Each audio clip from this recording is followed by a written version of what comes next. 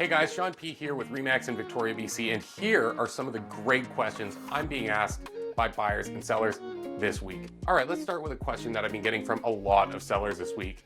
Should I wait until the spring to list my home? Great question. And unfortunately, there's no clear answer. Right now, we've cleared the provincial election and we cleared the American election. These are always things that tend to slow down our market. And between that and interest rates really moving in the right direction, we have seen what feels like an uptick in activity, and it's reasonable to assume that that should continue and even get better in the spring. Here's the thing that we don't know. How many people are going to list their homes next spring? We have a record year for mortgage renewals coming up. 1.2 million Canadians are renewing their mortgages next year. And on top of that, a lot of households are strained with inflation, and many of them might have been waiting to list their home, hoping that prices were going to improve and make things better for them.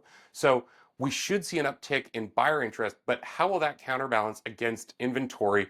Nobody really knows. So my advice, talk to your professional, whoever that is, or reach out to me and we can give you an assessment based on your needs and your goals to make sure that you're getting where you need to go. Okay, next question.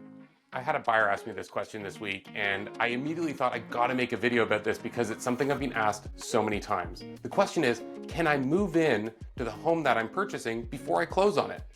Great question. Unfortunately, the answer is almost always gonna be no, and here's why.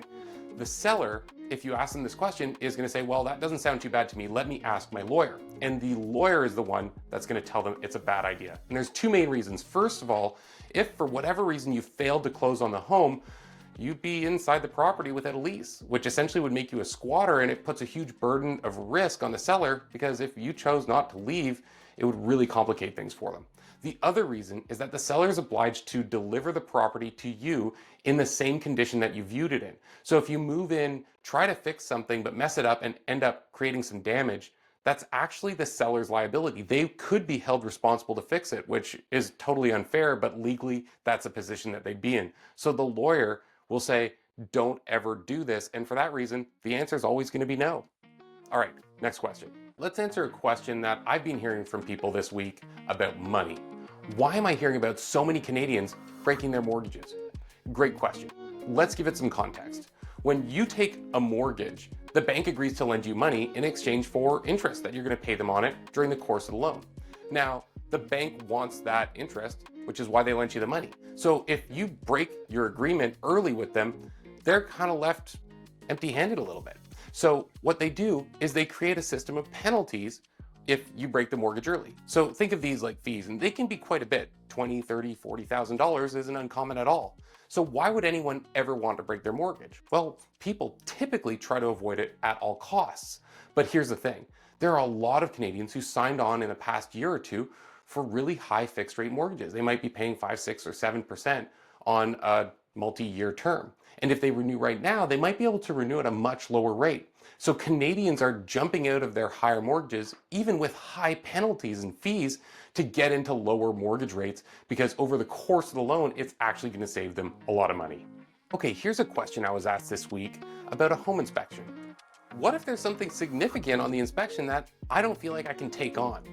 Well, this is a great question. And the answer is, if you're during a conditional period in your offer, well, you're still negotiating. So if there's something that you don't feel like taking on or you don't feel you should have to take on your own, you can either walk away from the deal, you can choose to take the deal as it is, or you can negotiate. And that's typically what I recommend that we do.